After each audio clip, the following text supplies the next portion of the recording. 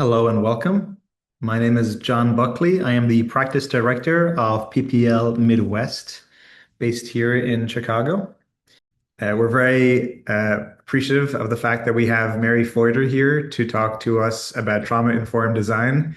Mary is a excellent practitioner in this space and has a wealth of knowledge to share. So looking forward to hearing more from Mary. I want to initially, though, talk about how this shows up in PPL's work. And over the 15 years of conducting work with underrepresented populations, we've developed a series of practices around all sorts of issues, including issues of trust. And that is trust in government, but also practices around, building trust that people may have with the researchers sitting across from them. Issues of literacy, and that includes digital literacy, but also reading comprehension. Issues around language. We've intentionally recruited design researchers who speak all the most commonly spoken languages in the United States. Issues around vulnerability. We take data privacy very seriously, and also we try and ensure that we're connecting any of our participants to the resources that they require or they need. And then also trauma and practices around those issues. And so trauma shows up for us, trauma-informed design, because, as civic designers looking to work and support the lived experiences of low-income and marginalized populations, we are inevitably talking with vulnerable populations, and often those projects are about difficult topics. And so the ultimate aim of any of our projects is to develop interventions, develop outputs that are meeting the needs of the communities that they're seeking to serve. And so we believe that the best way of doing that is to work with and alongside folks from those communities, have lived experience. And so in as much as we're ensuring that the end outputs are meeting all the needs, including not causing any harm, we want to ensure that those who are participating in the process also do not experience any harm from doing so. One example of this on the right-hand side is from a recent project called Soul Care. We were working with foster youth under the age of 18. We developed these series of worksheets that we provided to the young people ahead of the qualitative interviews, semi-structured interviews with our research team. And so these had a number of practical applications or benefits. One was that they helped frame the conversation around different coping strategies that ensure that when we got to the interviews that they were about those coping strategies and not about felt more like a therapy session. And additionally, they also allowed the researcher to create a bond. It was folks building off of what was written on these sheets of paper rather than thinking about taking from scratch or starting a conversation from scratch, which might have felt a little bit more daunting. So the idea being that this really helped clarify for the young person entering into these conversations, like what to expect, and allowed for a more frank and free-flowing conversation for the young person. So this is an example of how you can intentionally prepare for and think about the experiences of those who are participating. Mary will talk a lot more about trauma-informed design and the kind of space around that. I want to talk a little bit about the recent experiences I've been having. So, as I mentioned up front, I am the practice director for PPL Midwest, and in that new role, I have been meeting with folks who are, in leading government spaces, leading in nonprofit here, leading in civic design.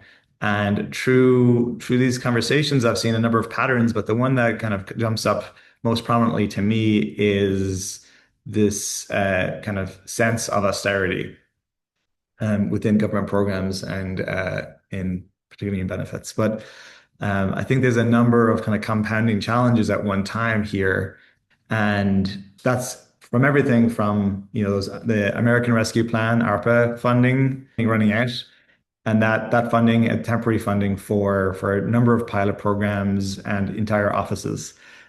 We see right around the country that there are budget debates happening and kind of challenging debates happening for in the cities and states, certainly here in Chicago and Illinois, but we see that in New York and elsewhere, where kind of fiscal realities are pretty challenging right now. Doge cuts have been ongoing for much of the year at this point.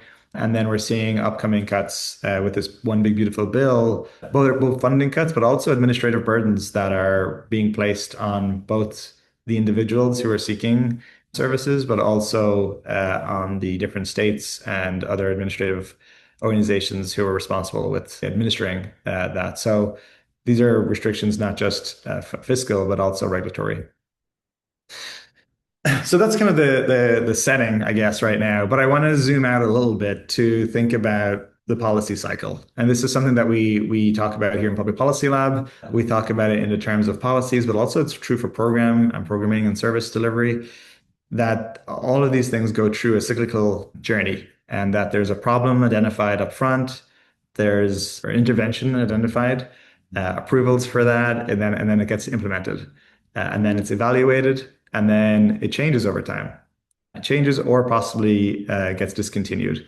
And then that cycle continues. And the idea being that as designers, we can engage at any one of these stages in the cycle. And the one that is probably of most interest to me right now is this moment of iteration and decommissioning. Given all these funding challenges and regulatory challenges, there are a number of changes afoot, and those changes will lead to a series of iterations and possibly also probably also decommissioning of different programs or services or offices or whatever it might be. And so I guess the interesting thing in this moment is to kind of put these two lenses together, applying a trauma-informed lens to budget cuts and program cuts. And so anyone who's attended a public policy lab talk in the past has probably become familiar with the layer cake. This is the idea that a policy delivery system is built on multiple hierarchical layers, and that to drive change inside of systems, we need to be thinking at all of the layers at one time. And so I'm posing questions for each of these layers. And the first one is for public officials. And these are folks who are maybe elected officials, maybe heads of departments, maybe heads of large nonprofits or who are delivering direct services. These are the folks who right now are wrestling with the budget challenges that we're seeing. And the question is, how might we better anticipate and prepare for future needs and future funding and regulatory realities? So how can we better anticipate and prepare? For program leaders, these are folks who maybe are department heads, but also those who are overseeing actual programs or services. How might coordination efforts with other programs, community organizations, and philanthropies offset the negative consequences of service cuts? For service managers, and these may be people who, again, are overseeing a service or a program, or are those who are directly responsible for the staff who are delivering that service or program. How might service managers leverage new technologies, enhanced workflows, and widespread collaboration to maximize impact of remaining services? And then for frontline staff who work directly with members of the public, how might we help service users understand and navigate their rights and resources in a period of great uncertainty? And these trickle down to what I think is the ultimate question, which is how might we reduce potential harm, negative outcomes, and a breakdown in trust among service users who rely on these services? I think these are some weighty questions, and and I propose that they are worthy of ongoing debate and discussion. And one of the ways of proactively addressing any of this is to identify and agree on the fact that burden of change, any kind of change, but particularly this type of fast-paced uncertainty, often that burden kind of lands on the lowest level possible. And so that is likely to happen with frontline staff who are navigating these cuts in real time. And so I think where possible or feasible, the goal is to redistribute the burden back up the hierarchy to the most appropriate level, where there's the correct resources, there's the kind of the right level of perspective, and there's the ability to be proactive. And so as we're thinking of shifting burden back up, it's helping and thinking about for service managers where we're seeing program cuts, we probably need to be thinking about offboarding plans for service users that provide clear information and warm handoffs to to other organizations to address any gaps in someone's support. Provide frontline staff with training, tools, and resources to ensure service users are receive consistent guidance and that staff are supported. These frontline staff are likely to have colleagues be cut, have workloads become more intense, and to have the actual work of the day become more intense. And so we need to be also thinking about how are we showing up and how are we protecting and supporting those frontline staff in delivering effective services to the communities. For program leaders, I think we can take a page out of the COVID task forces that we saw pop up all right around the country that did a great job of bringing together state departments of health, local departments of health, local doctors' offices, healthcare systems, even community groups that coordinated and collaborated together to share information, share best practices, make plans for the eventual vaccine program. I think we can look to that right now and see that there's in this period when foundations are reprioritizing their funding, states and cities and large nonprofits are having to do the same thing and thinking about what programs they might keep open and what they might need to sunset.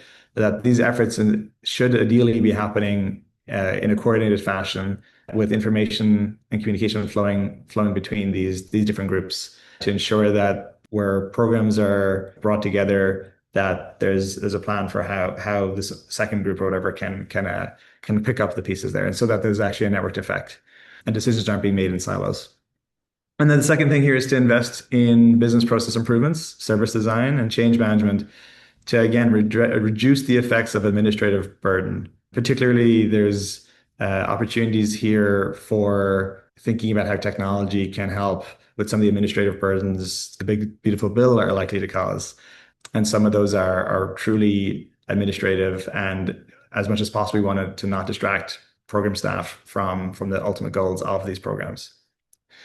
And then when we look at burden sharing with public officials, lastly, I'd call for investing in strategic foresight and design strategy to anticipate and prepare for possible futures and make optimal decisions within constraints. This year is a bit of a scramble as so many things are shifting, but we can anticipate that budgets will be tight next year, that funding realities will be difficult next year. So we can anticipate a number of challenges, and I think it's ideal to invest now in preparing for future years. And finally, to prioritize equitable cuts, share rationale for those cuts, and develop appropriate decision-making frameworks for the departments, offices, and teams that are further along on that journey. This is a moment where transparency will be critical to ensure that trust in government and also trust in the local community-based organizations who deliver these programs is retained. And as designers, these are 6 considerations that are likely to address some of the major challenges facing not just the organizations delivering services, but also those who are on the receiving end of services that are changing in front of their eyes. Just with that, I want to kind of wrap up by saying, hey, designers who are in the room, I think this is a moment to highlight how your skills can help with program iteration and decommissioning. This is the major challenge of our government partners in this moment. For government folks in the room, I encourage you to engage with the civic design community to find creative solutions and human-centered solutions. And then for funders to support collaboration and coordination efforts where possible, and also it's going to be hard to find money in this period of austerity to invest in proactive measures. So I think there's a real role for foundations to play in doing so.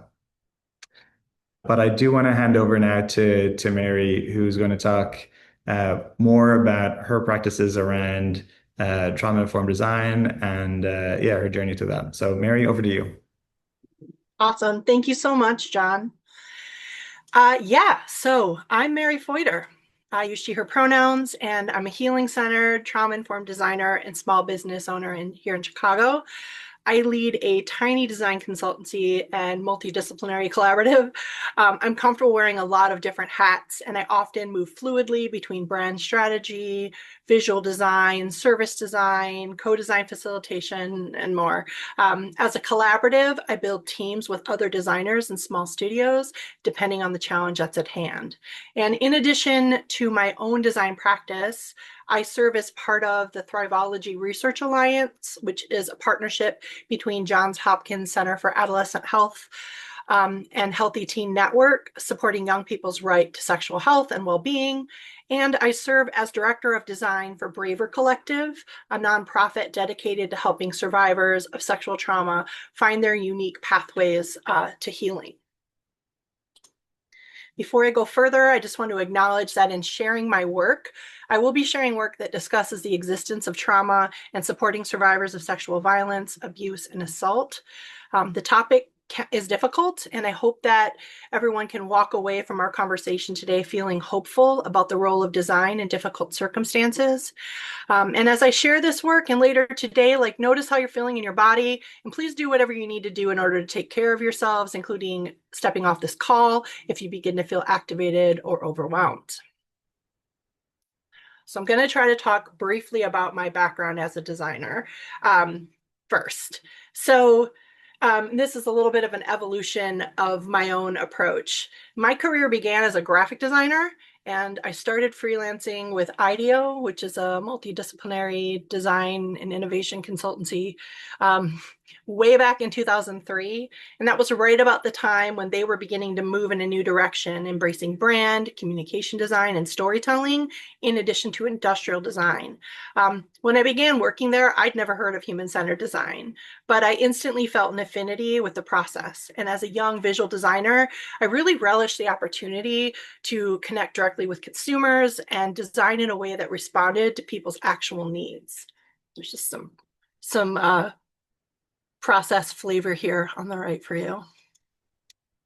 But I left IDEO almost 10 years ago and to begin my own practice. And around that same time, I encountered the term trauma-informed care. So over the years, I've spent a lot of time designing interventions for adolescent sexual health, reproductive justice, and patient-centered care. And I've learned so much designing side by side with young people and a range of healthcare professionals. And as I learned more about trauma-informed care, I started asking myself, why don't designers know about this? We should be applying this lens to design.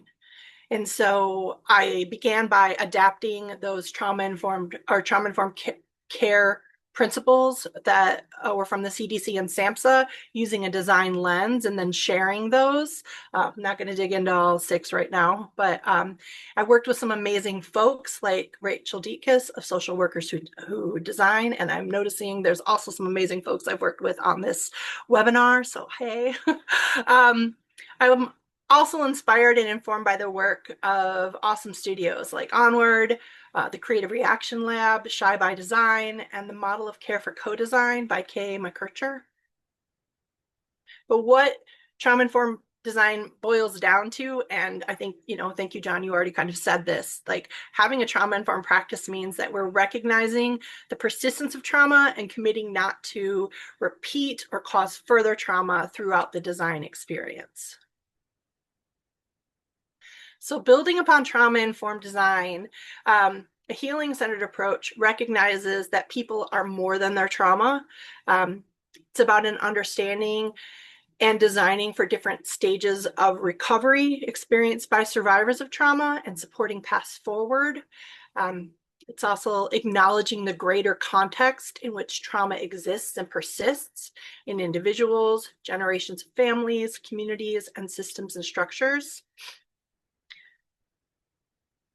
And a healing-centered approach builds upon the commitment to do no harm by not only do we recognize the persistence of trauma, commit not to repeat or cause further trauma through the design experience, we seek to restore a sense of safety, power, and self-worth through the process of design and beyond.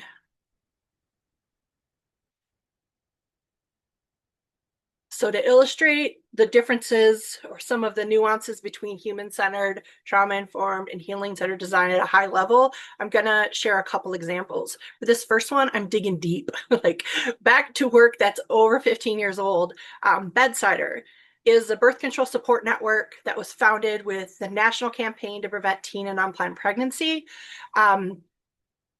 Now known as Power to Decide. And since its launch, they have embraced a trauma-informed approach, and it's still growing and evolving years later, which is awesome to see.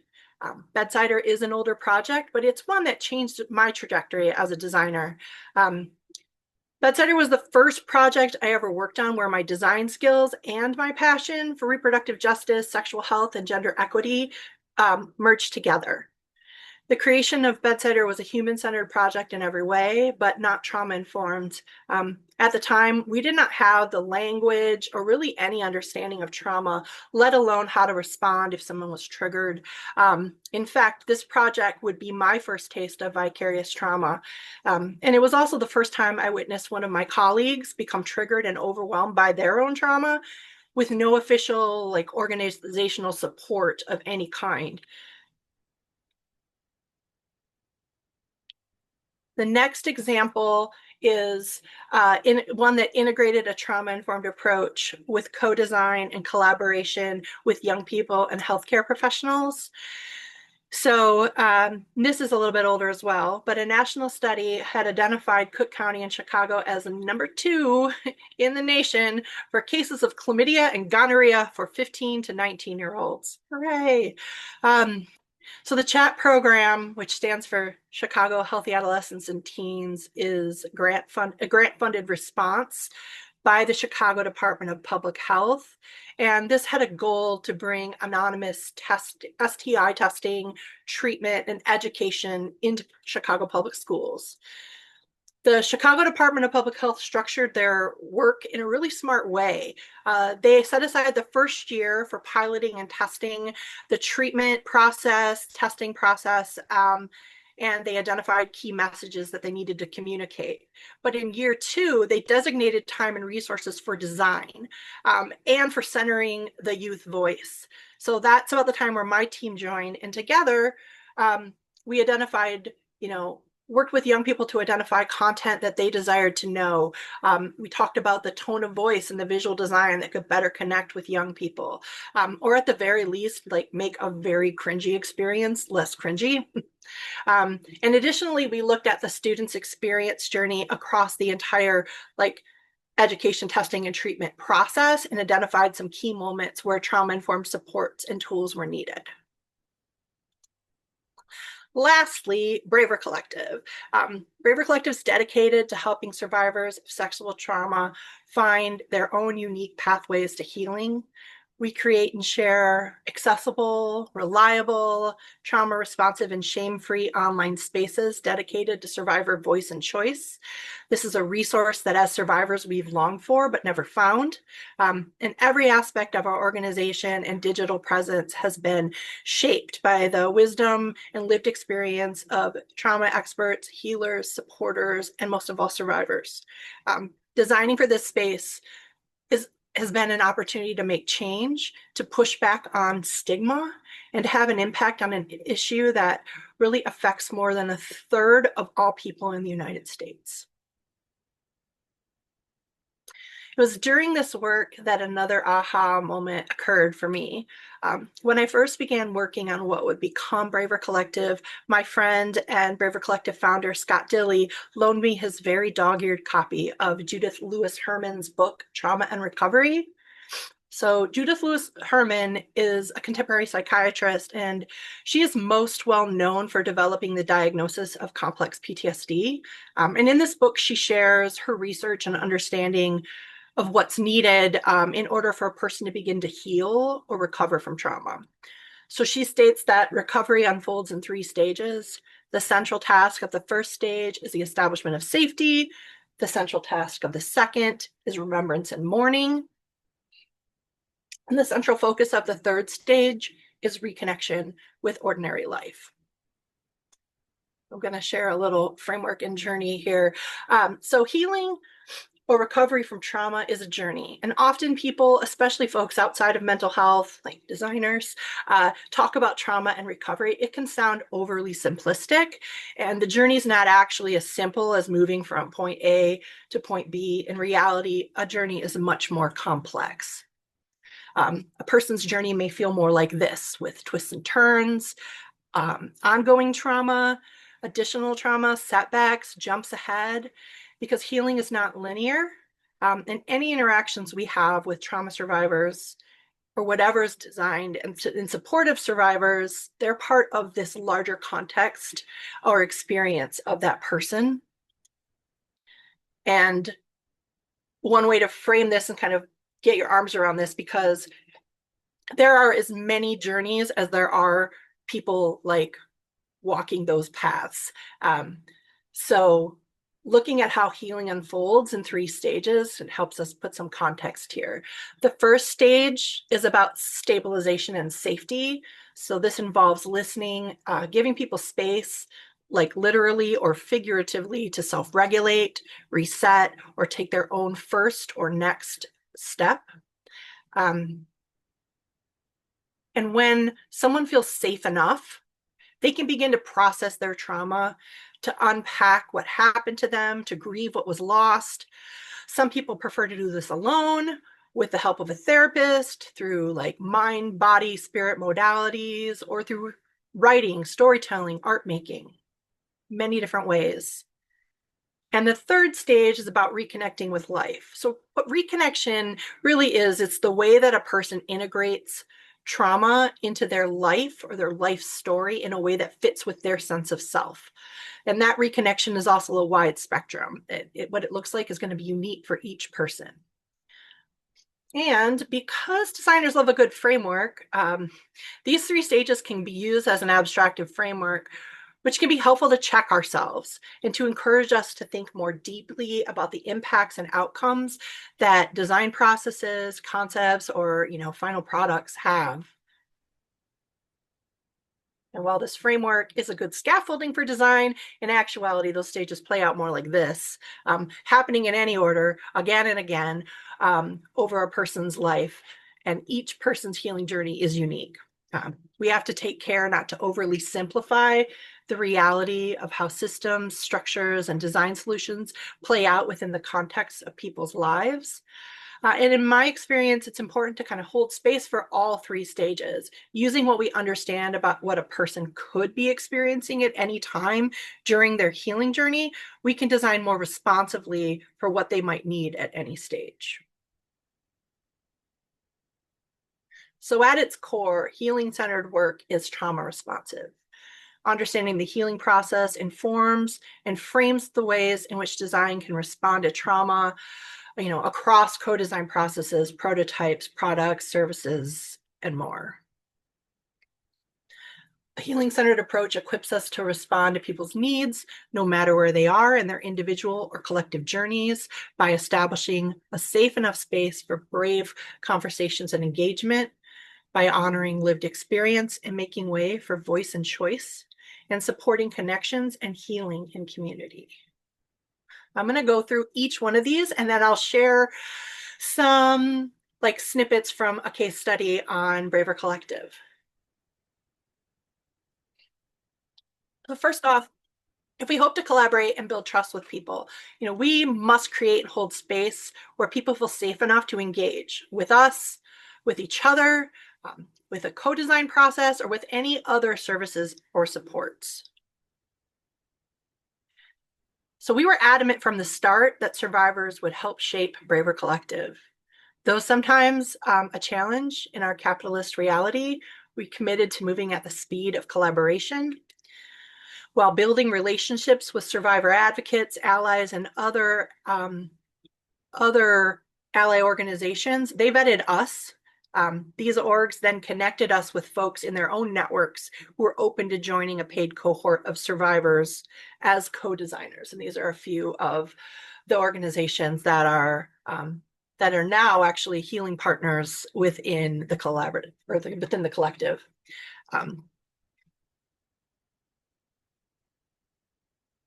Another thing that we learned is that we must take care of ourselves in order to show up for others. Take care of the team first in order to be there for others, the equivalent of putting on your own air mask first on the airplane. So when bringing on new team members, it was important to set the stage for a safe enough project and team. In any project, there's a chance that we may encounter trauma. But in this work, especially working in a space where that addresses trauma head on, things can get heavy. And so having tools or agreements about how we want to respond was really important. This example here was before an internal kickoff meeting. I had shared a self-reflection exercise and asked each person to consider some of these questions on their own, and invited the team to think about their responses and decide if there's anything they wanted to discuss or disclose with the team.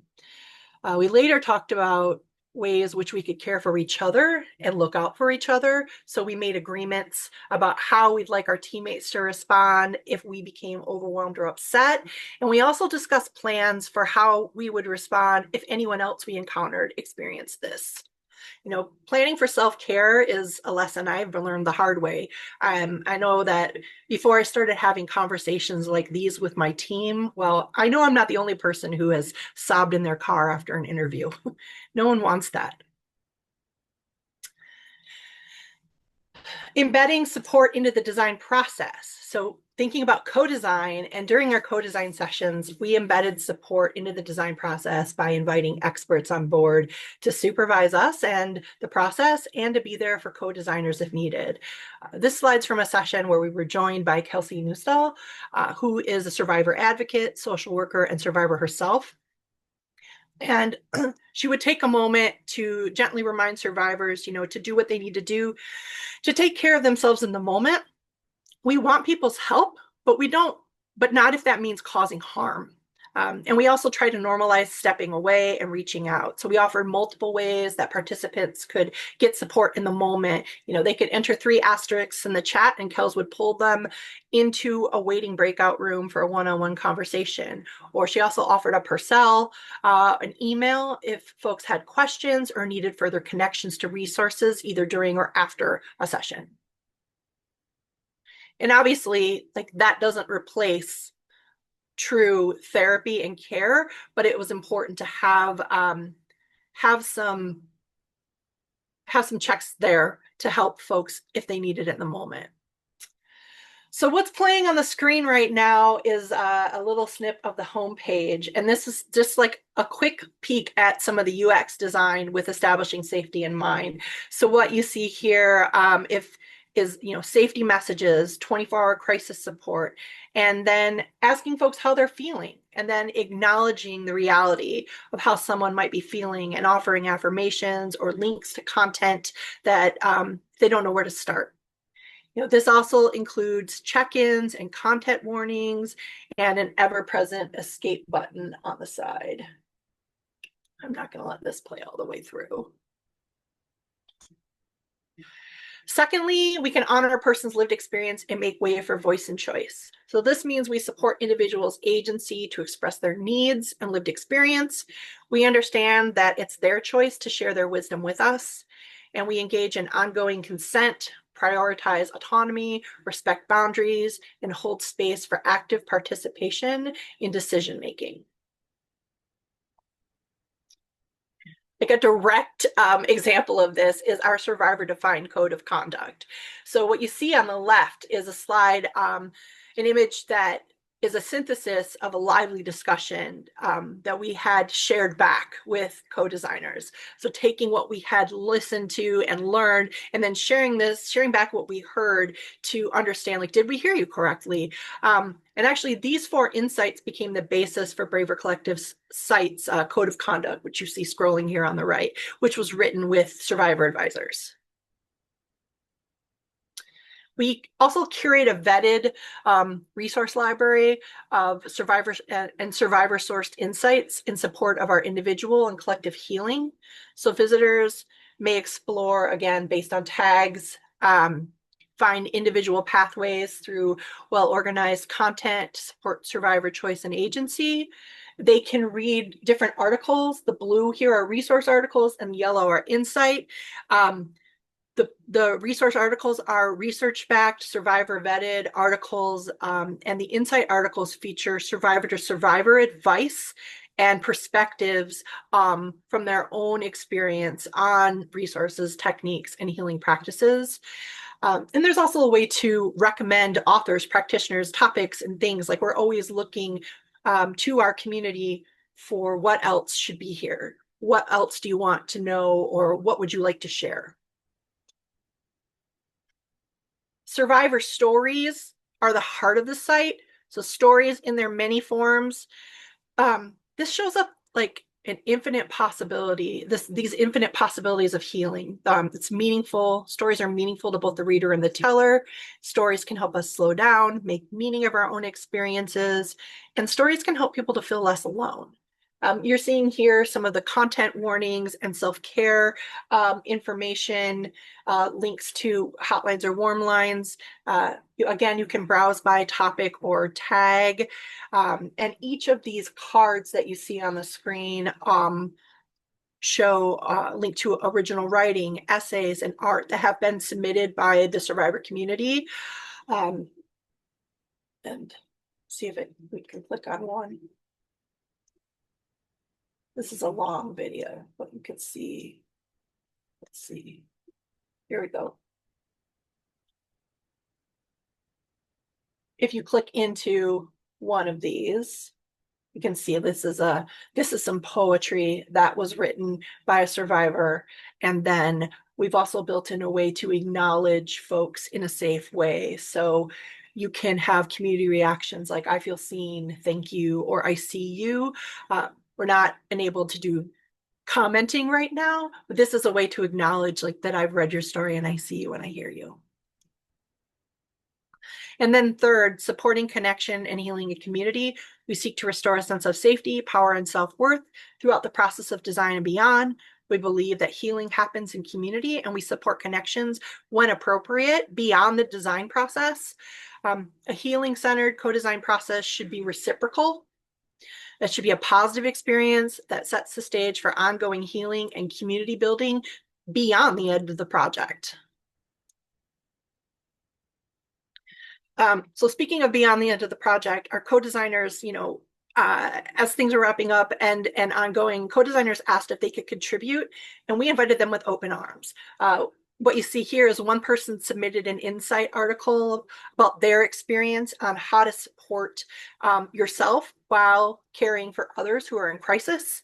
And a number of co-designers have submitted stories. So you see some of that here. We also collaborated with Beneath the Soil, which is a zine featuring artwork from queer survivors of sexual violence that came out of this relationship with the Braver Collective co-designers. And in fact, one of the Beneath the Soil editors joined our small but mighty team editing and joined our small but mighty editing and content strategy team. And I saw that Beth is on this call, so shout out to Beth, you're amazing. We're building community through campus outreach. So we become piloting collaboration with campus organizations who support survivors and allies on 2 different campuses in Colorado. And we hope to expand to several more by next fall. And then lastly, we support connection. We try to support connection beyond the end of a project. As a design process slows down, we want to consider how we'll minimize the distress of something ending for our collaborators and our co-designers.